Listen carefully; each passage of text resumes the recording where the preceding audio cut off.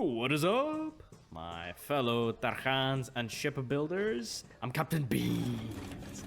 And in this goofy and whimsical episode of HighFleet Viewer Builds, we'll be doing something a little bit different, in that today I shall review some of your wackiest, weirdest, and just overall cursed HighFleet ships, and try not to receive too much additional brain damage in the process. So right here is, in my opinion, a perfect example of what a cursed ship design is.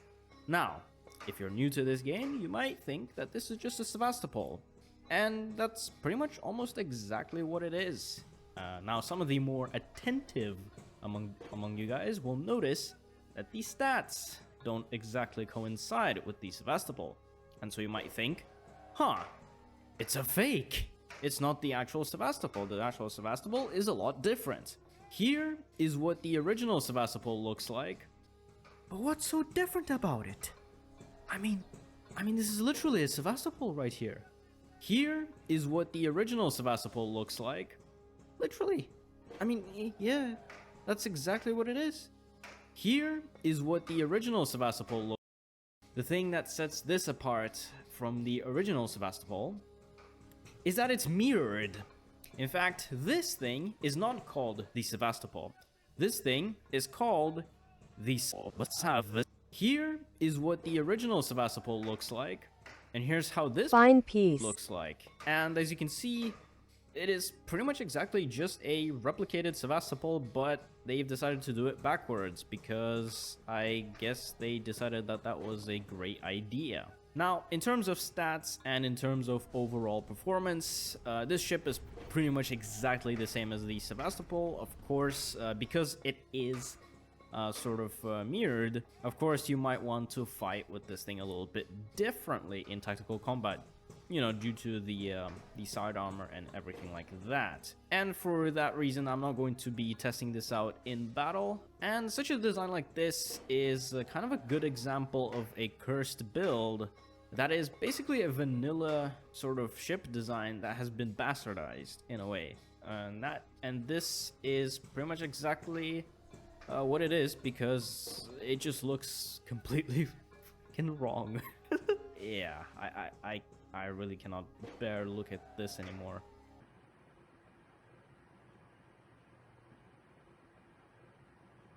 Hey, those Zenith racks look pretty cool. Нет, lightning is fine. But I just wanted to... Lightning is fine. So, let's start off a little bit light. And by light, I mean with something that's not necessarily cursed. Although a modified lightning is very cursed and will result in death penalties. But here is essentially the Lightning Calliope, designed by someone whose pronouns are going to be was/were. It is exactly a lightning, but with additions of these little sort of missile wings attached by none other than the Fab 1000 bombs. Now, for those who don't know what's going on here, essentially these Fab 1000 bombs can be dropped by your ships, and it is the only component that is connecting these wings right here to the rest of the ship. And so what happens is when you drop the bombs, it'll actually drop all of these hull pieces, hopefully without the missiles, because you would have already launched the missiles beforehand. And yeah, this sort of technique, actually I would say that's an exploit. This exploit has been used by some other content creators to make some massive ammo autoloader bombs and things like that, but of course I'm not going to give credit to them because they are a competitor of mine. Now, how practical is it? Not very. And the reason why is because, I mean, look, see, lightning is fine, and the reason is because you can simply attach zeniths on these racks right here, like so. Of course, you can only attach 4 of them as opposed to 6, but I mean, if you're gonna use zeniths on a lightning, I'm not saying it's a terrible tactic, but my opinion of you will be very low. You know what? Let's see how well this actually works. I mean, okay. Stats-wise, it's not too different from a lightning, but and cost-wise, it is a little bit higher than a regular lightning. But let's see how well or not so well this works. Okay, so we got some 2 armored ships along with a flower again. Actually, should be good targets for those for these zeniths. See how that works. All right, let's go, bitches. Okay, let's launch a couple missiles at the fearsome, a couple of missiles at the gladiator, a couple at the flower, of course. Okay. Ouch. Let's drop the wings now, along with the bombs, and let's fight normally. Hopefully not get absolutely harassed by missiles. Ouch. I just did a massive skill issue there. I took a hit. Yeah, that's a bit of a skill issue on my part. Ouch. Okay, with the extra components, it's a bit hard to dodge the missiles, because you do have more protruding parts, but overall, the performance is still pretty much the same as a lightning, minus user error. Let's see if I can get this gladiator. It doesn't matter if I win the battle or not, I was just gonna test out, see how this works. Let's see if I can get below him, actually. There we go. There we go. Wait, what just happened? Oh, that is really funny. A piece of debris fell on top of the bridge and absolutely killed my ship at the very last second of the battle. Okay, that was pretty funny, but... Alright, so I guess as a sort of verdict to this design is that, well, I can fix it. Just give me a little second here. You get the fuck out of here. You get out of my face now. There we go. This design has officially been fixed. There we go. Use this. Lightning is fine. Moving on to the next cursed HighFleet design. Attention, new gimbal squeezy signature detected. Deploy anti-min-maxer protocols.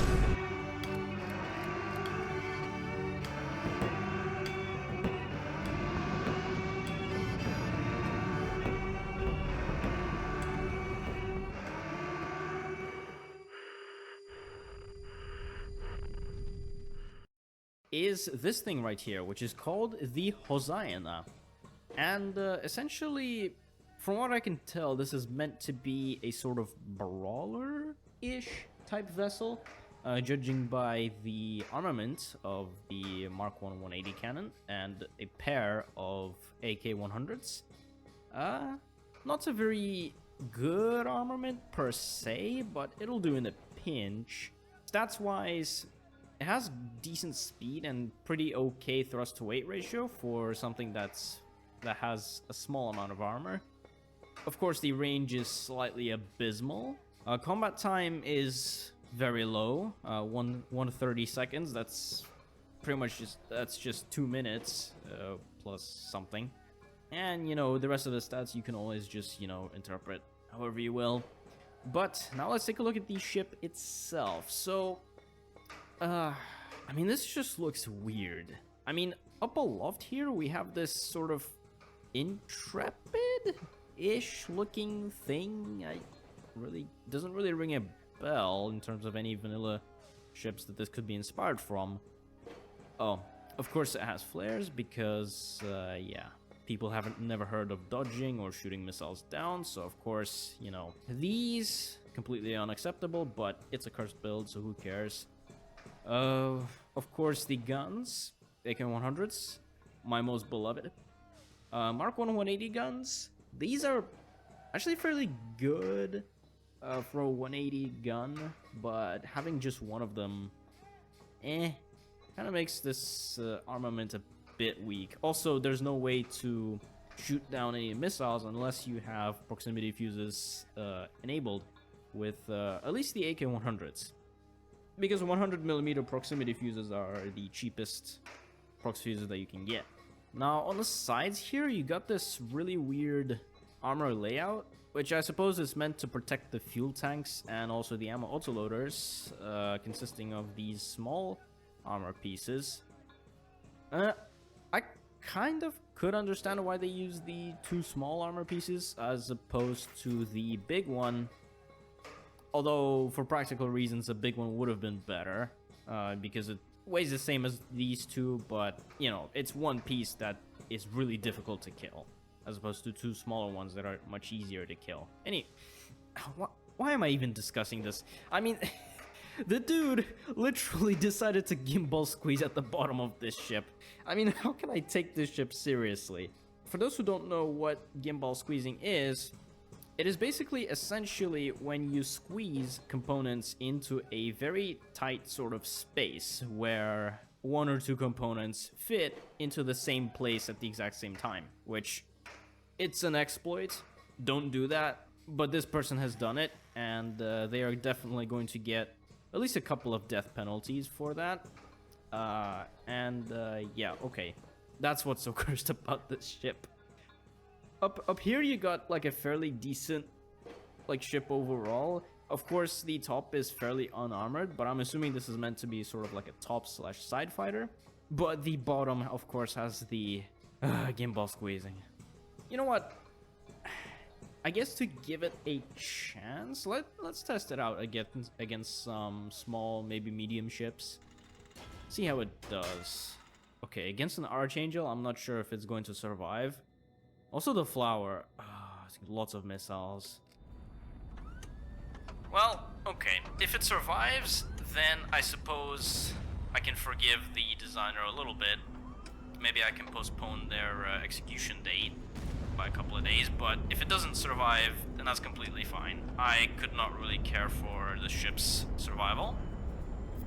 Try to use the big gun as the main sort of artillery battery, main sort of weapon.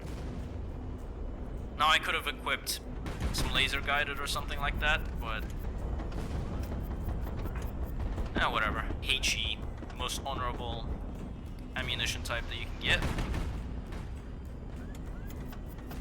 Not gonna lie, this ship has really good dodging capabilities for something that has abysmal combat time. And of course, you know, something that's kind of a little bit armored has a pretty good dodging capability. Quite good at dodging, not gonna lie. Although you do have to afterburn a little bit to dodge. Not an issue though.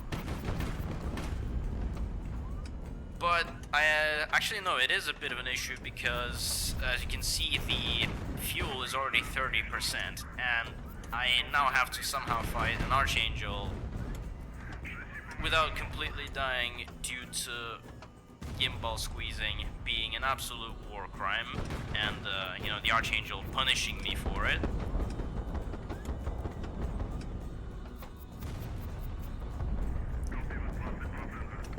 I mean, alternatively, I could just ram into him. I mean, I'm close enough. I could just...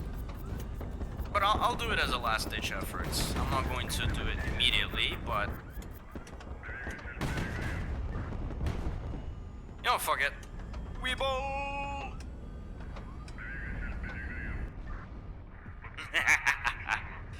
Nice. Okay, so so in terms of combat, it's not too terrible.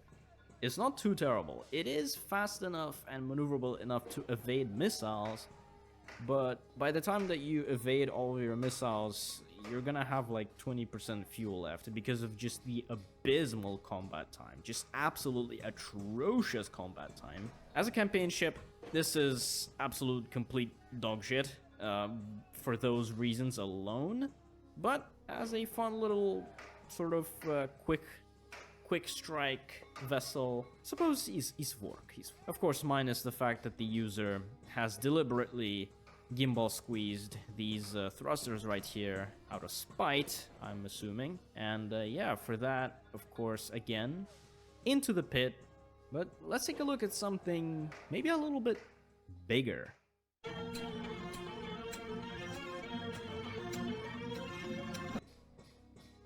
Oh, Lord Almighty. So this thing is called the NFS Galactica.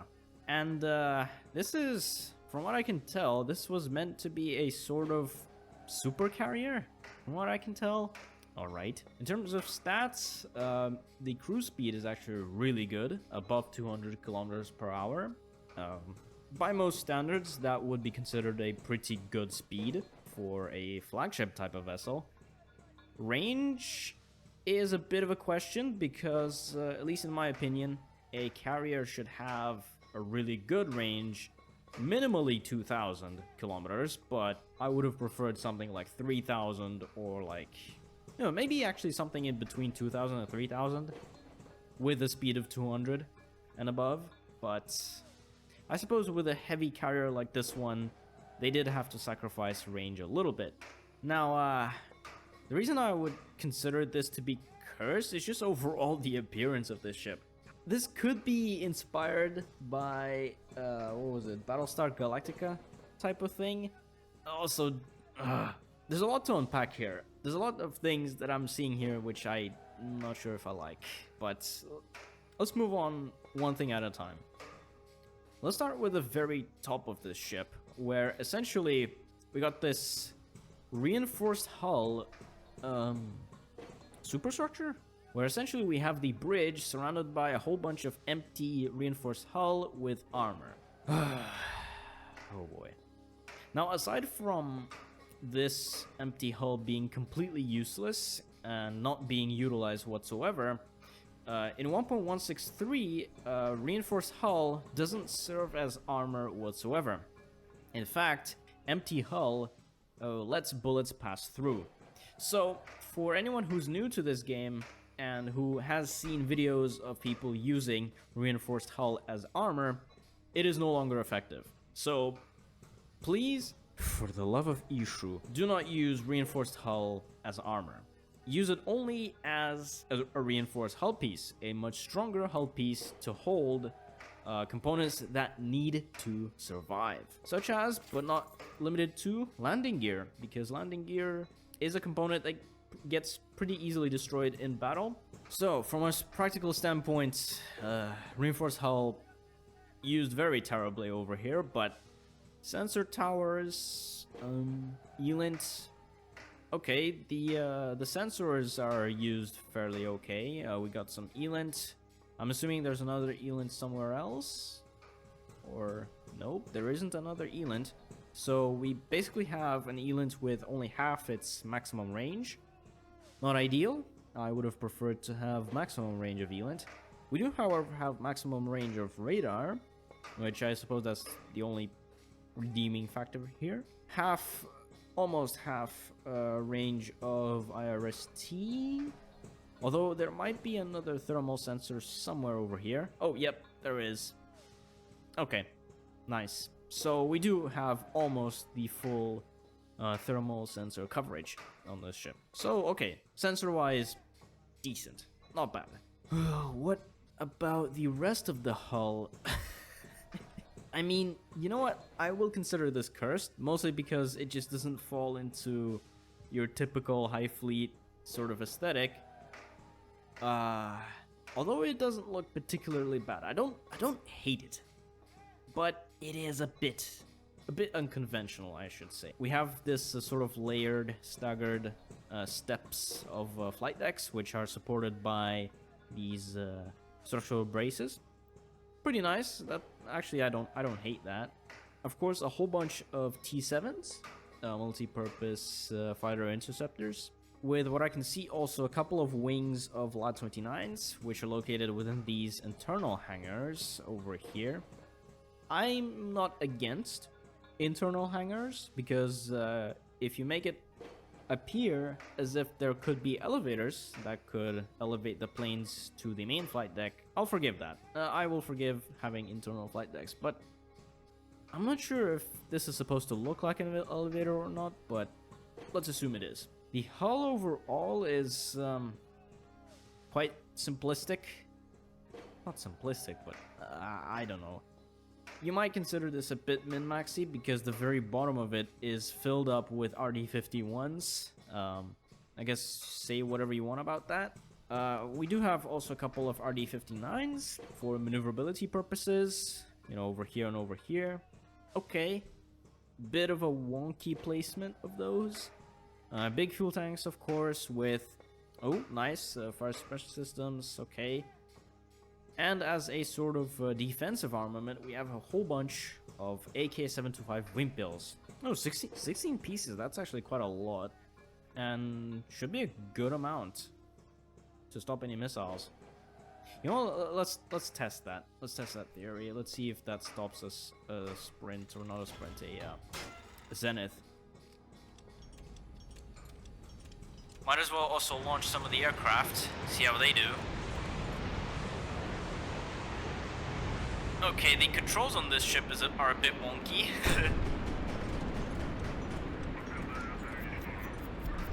Alright. Okay, 16 Wimpels is plenty enough to kill a Courageous. I mean, Courageous is easy to kill anyways. Let's see how it stops that Zenith. Please stop it. Okay, this is also a pretty terrible convergence angle, so I guess that wasn't a really good test, but I am sure that 16 Wimpels is enough to stop missiles at certain angles. Let's try from a more side angle.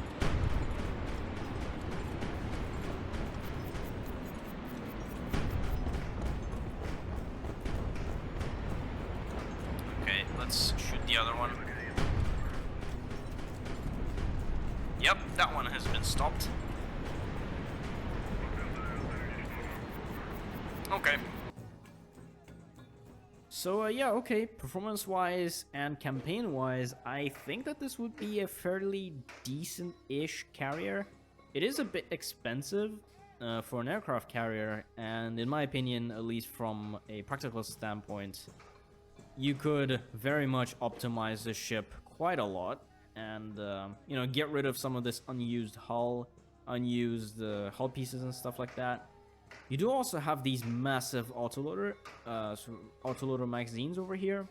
I'm not against that, and actually it's quite good that they're deep in this ship, that way they don't get immediately striked. One thing I've also noticed about this design is that, yeah, take a look at this.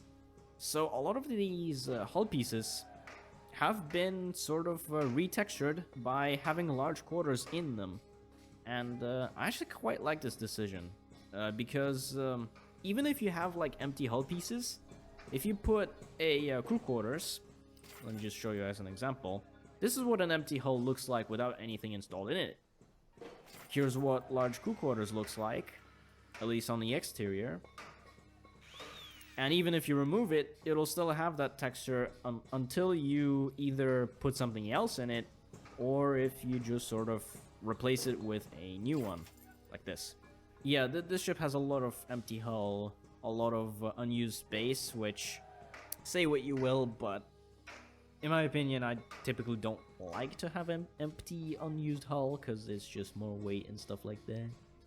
But in terms of how cursed this design is, I would say a little.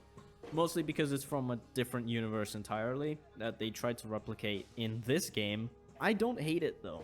So far, this is probably the best one so far.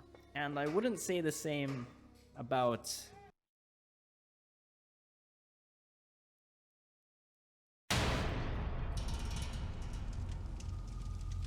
Oh, God. What even is this? Okay, calm down. Calm the fuck down. It's not even funny. Oh, no. I'm gonna guess that this is a joke ship, because this clearly does not look functional whatsoever. I mean, just from the stats alone, it's not functional whatsoever. Let's ignore the stats altogether. Let's just... yeah, this is just terrible. I mean... Yeah, fuck indeed. Fuck indeed. That's exactly what I'm thinking when I see this. I'm just like, fuck. But okay, let's try to analyze this at least a little bit and see what makes this thing so obviously joke-like and very cursed. Start from the front, I guess. We have this, whatever the fuck is going on here. FCR with a Fab 1000 at the very end. Okay. Alright. I'm assuming that this was meant to be a sort of like a ramrod. You'd ram the enemies with this and the bomb would explode on the enemy. Probably what I'm assuming that's what it is. Not sure why the FCR is there. Probably guide the bombs or something? I don't know. After that, we got a little bit of landing gear art. I guess that's what you could probably call it. Modern art. This does not work as landing gear. This would just in an actual battle or landing situation, this would just flop down if you do something like this. Now over here, we got a whole bunch of just absolutely... I don't even know what the hell's going on. I mean, the bridge is... I'm assuming this is just a meme, because we have the thermal sensor that's completely covered by an ammo autoloader right next to the bridge. Actually, probably that's the only forgivable part about this design, is the ammo autoloader right next to the bridge. At least I'll give the designer credit for that. Oh, and also with the Fab 1000, because yes. Okay. Alright, more bombs. I guess that's fine. Is that a... Of course there's a landing leg that's not even complete over here. Okay, because of course. A squall that doesn't have enough ammo to feed it. A T7, a singular T7, completely covered by armor. Well, you can launch it, but it's just going to crash into the ship. A jammer that's completely covered. An A220 rocket launcher. Not connected to any generators, nor does it have enough ammo to work. Absolutely amazing. What else? We got R3 missiles. Not even the good missile, just the regular lame warhead. Not even the good one. And of course okay. They're definitely trying to rage bait me here, because yeah, we do have also a one with an actually good warhead, but it's upside down. I'm assuming that one has been imported from Australia, so yeah, okay, I guess that's probably where it came from. Fuck, because yes. And over here, what I can only assume, this is a counterweight? Probably a bit of an overkill as a counterweight, but we got a shit ton of armor, enough armor to stop pretty much anything in HighFleet, with static thrusters doing whatever the fuck. I do like how the designer did attach generators to these thrusters so that they would work, but some of the components here are not connected to generators whatsoever, so they won't work. I believe that this ship was definitely designed to be some sort of rage bait, because yeah, they definitely made this as a joke. Of course, yeah, it is a very cursed design, mostly because it's just what the fuck. And you know what? I'm not even gonna bother testing it out on anything whatsoever. Get the fuck out of my face now. Oh, and the designer, no trial, just 10 death penalties. And on that note, I shall probably finish it here. You know, I was gonna be very cheerful and be like, hey, that's gonna be it for this video. Like, subscribe, and comment on my video. Hey. But nah, I'm not even gonna. That last ship design has probably caused a little bit of additional brain damage on my side.